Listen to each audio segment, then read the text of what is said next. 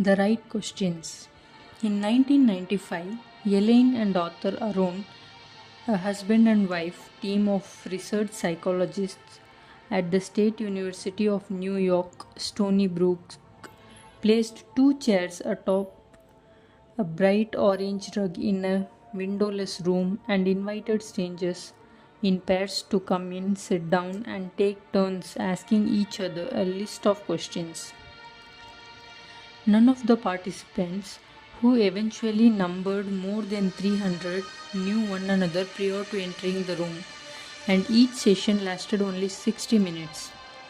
The questions had been selected ahead of time by the researchers, and they ranged from the frivolous, "When did you last sing to yourself?" to the profound, "If you were to die this evening with no opportunity to communicate with anyone, what would you most regret not having told someone?" Afterwards, each pair of participants went their separate ways. No one was instructed to stay in touch. However, when researchers followed up 7 weeks later, they found that 57% of them had sought out their conversational partner in the days and weeks after the experiment. 35% of participants had gotten together to socialize. One pair went to dinner and then saw a few movies, and then started meeting over weekends and then on holidays. About a year later, when they got married, they invited everyone in the psych lab to the ceremony. The impact exceeded everyone's expectations, author Aaron told me. Even now, I am surprised by it. We had no idea what this would become.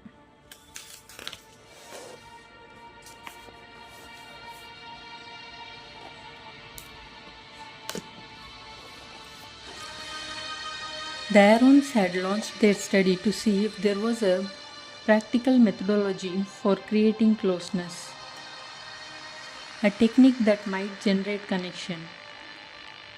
In, partic- in particular, they wanted to see if it was possible to make strangers into friends. Other experiments had revealed a long list of factors that had no impact whatsoever.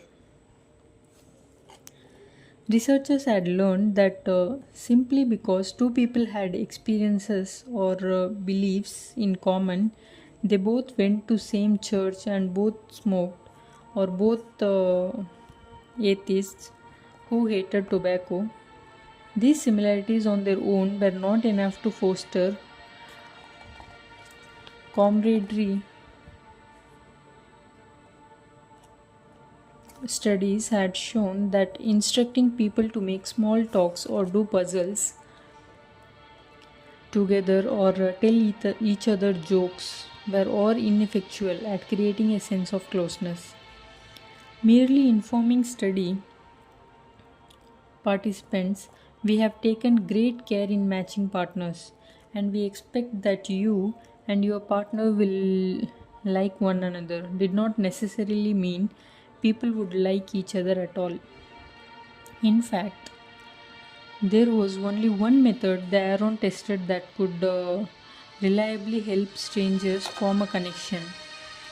A series of 36 questions that, as Elaine and author Aaron later wrote, elicited sustained, escalating, reciprocal, personalistic self disclosure. These questions eventually became known as the fast friend procedure and grew famous among sociologists, psychologists, and readers of articles with headlines such as "The 36 Questions That Lead to Love." What's particularly interesting about the fast friend procedure is that the 36 questions were chosen somewhat haphazardly, at least at first. Some of them came from a game named The Ungame that was popular among stoners and university students, a demographic that included more than a few of the Aaron's research assistants. Other questions were dreamed up during coffee breaks or by whoever happened to be within earshot when everyone went to a bar. There wasn't a lot of what you would call strict science in how we initially found the questions. Ed Melinet, one of the Aaron's grad students, told me we must have come up with, I don't know, 200 of them, and then we would run tests until we figured out which one worked best. The researchers assumed the best approach was to start with shallow, safe questions. Whom would you want as a dinner guest? And then slowly get to a deeper stuff. It felt weird to ask people to start baring their souls right away, Melinet said. So we decided to start simple. By question 7, do you have a secret hunch about how you will die? People were being asked to reveal their deepest anxieties. By question 24, how do you feel about your relationship with your mother? And 29, share with your partner an embarrassing moment. Participants were being asked to describe their closest relationships and most painful memories. Question 35. Of all the people in your family, whose death would you find most disturbing? Felt so intimate that participants often asked and answered it in a near whisper. The last question was open ended. Share a personal problem and ask your partner's advice. And by then, one or both participants were frequently crying.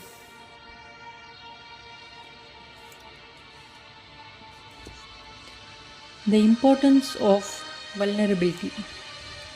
As the Stony Brook team tried to figure out the best questions to use, they found themselves stumped by a seemingly simple problem. How do you distinguish emotional questions from unemotional ones? There were some questions, such as would you like to be famous? That could go either way. For some people, the answer was simply yes or no. For others, it opened the floodgates to soul bearing confessions of bygone dreams and failed ambitions. So, is that question a reliable invitation to emotional self disclosure or an example of small talk?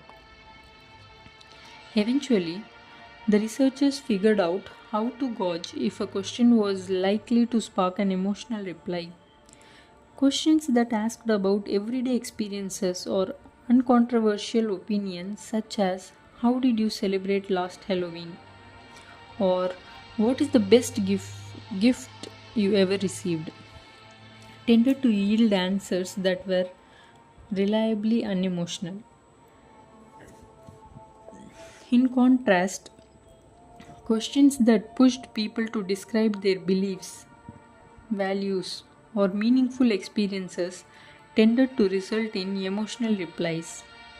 Even if the questions themselves didn't seem all that emotional, these kind of questions were powerful because they often prompted people to reveal vulnerabilities. When someone asks, what do you value most in a friendship? Question 16.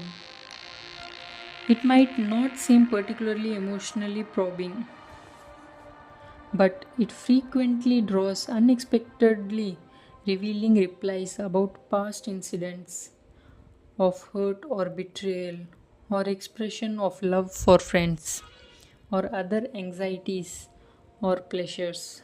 Such questions make ever deepening follow ups. What did you say after he broke up with you? Easy to ask. Put another way, the difference between a shallow question and one that sparks an opportunity for emotional connection is vulnerability. And vulnerability is what makes how do we feel so powerful.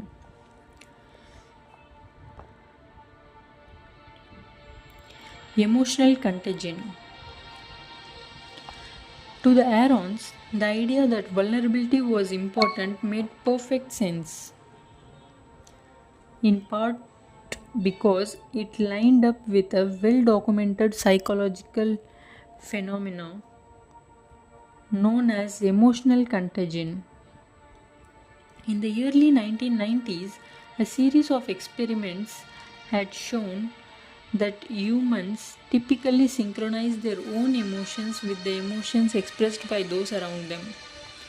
This synchronization is sometimes deliberate, like when we choose to empathize with another person. More often, it is automatic, happening outside of our consciousness, causing us to tear up or get angry or proud on someone else's behalf, whether we want to or not. This contagion is at the root of the how do we feel conversation, and it explains why emotions influence our dialogues, even when we don't recognize them. Emotional contagion is a fairly primitive process. A study published in 2010 observed men and women tend to catch expressions of joy, love, anger, fear, and sadness. Emotional contagion, scholars believe, evolved because it helped humans form bonds with other people. It began almost at birth. One study found that 10-week-old infants could and would imitate their mother's facial expressions of happiness, sadness, and anger. This instinct has evolved within our brains so that we will feel good when we connect with other people and thus become more likely to build alliances and friendships, families, and societies. However, emotional contagion must be triggered by something, and one of the most reliable trigger is vulnerability. We become more prone to emotional contagion when we hear someone else express or when we reveal our own deeply held beliefs and values, or when we describe past experiences that were meaningful to us, or when we expose something else that opens us to others' judgments. These are the same factors that Aaron used to distinguish deep questions from shallow ones. In other words, we become more susceptible to emotional contagion and more emotionally contagious ourselves. When we share something that feels raw, something that another person might judge, we might not care about their judgment. We might forget it as soon as we hear it. But the act of exposing ourselves to someone's scrutiny engenders a sense of intimacy. To get deep, we have to make an offering of our vulnerability. The louder the emotion, the more likely that contagion will occur. Amit Goldenberg, a Harvard psychology researcher, told me, and vulnerability is one of our loudest emotions. We are hardwired to notice it.